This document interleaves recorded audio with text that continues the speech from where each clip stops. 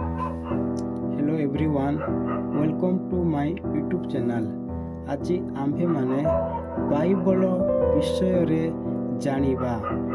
ବାଇବଲକୁ ସମ୍ମାନ ସୂଚକ ଭାବେ ଆମ୍ଭେମାନେ ପବିତ୍ର ବାଇବଲ କହୁ, କାରଣ ଧର୍ମଶାସ୍ତ୍ର ସମୂହ ପବିତ୍ର ବୋଲି କୁହାଯାଏ। ବାଇବଲକୁ ଆମ୍ଭେମାନେ ଶାସ୍ତ୍ର, ଈଶ୍ୱରଙ୍କର ବାକ୍ୟ ଓ ପବିତ୍ର ବାଇବଲ ବୋଲି କହୁ।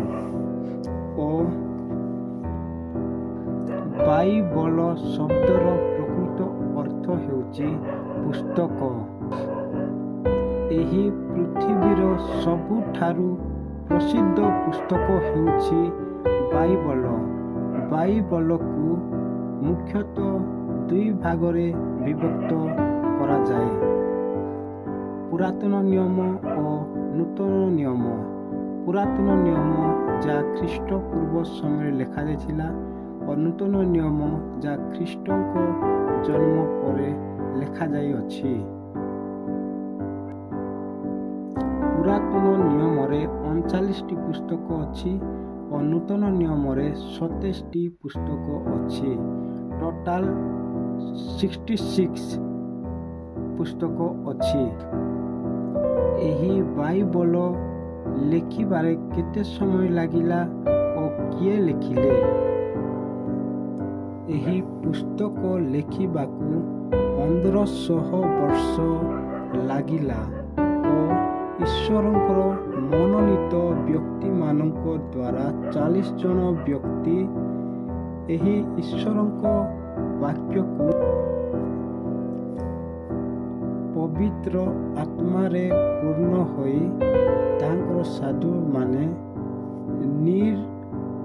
ତାହାଙ୍କର ନିର୍ଦ୍ଦେଶ ଅନୁଯାୟୀ ନିର୍ଭୁଲ ଭାବରେ ଏହି ପୁସ୍ତକ ଲେଖିଥିଲେ।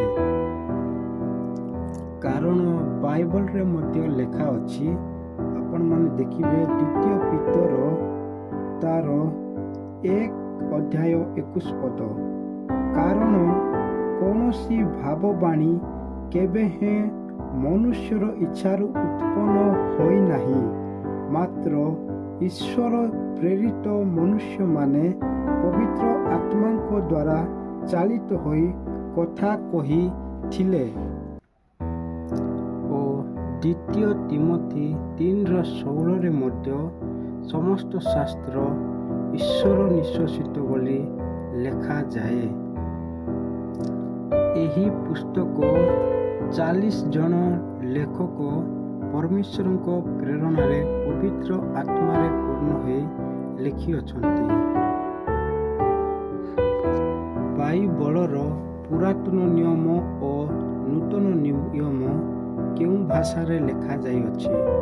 ପୁରାତନ ନିୟମ ହେଉଛି ହିବ୍ରୁ ଓ ଆରାମିକ ଭାଷାରେ ଲେଖାଯାଇଅଛି ମୁଖ୍ୟତଃ, ଓ ନୂତନ ନିୟମ ହେଉଛି ଗ୍ରୀକ ଭାଷାରେ ଲେଖାଯାଇଅଛି। ଓ ଏହି ବାଇବଲକୁ ବିଭିନ୍ନ ସମୟରେ ବିଭିନ୍ନ ସ୍ଥାନରେ ବିଭିନ୍ନ ଲେଖକମାନେ ଲେଖିଥିଲେ, ହେଲେ ମଧ୍ୟ ଏକ ଈଶ୍ୱରଙ୍କ ବିଷୟରେ ଲେଖନ୍ତି।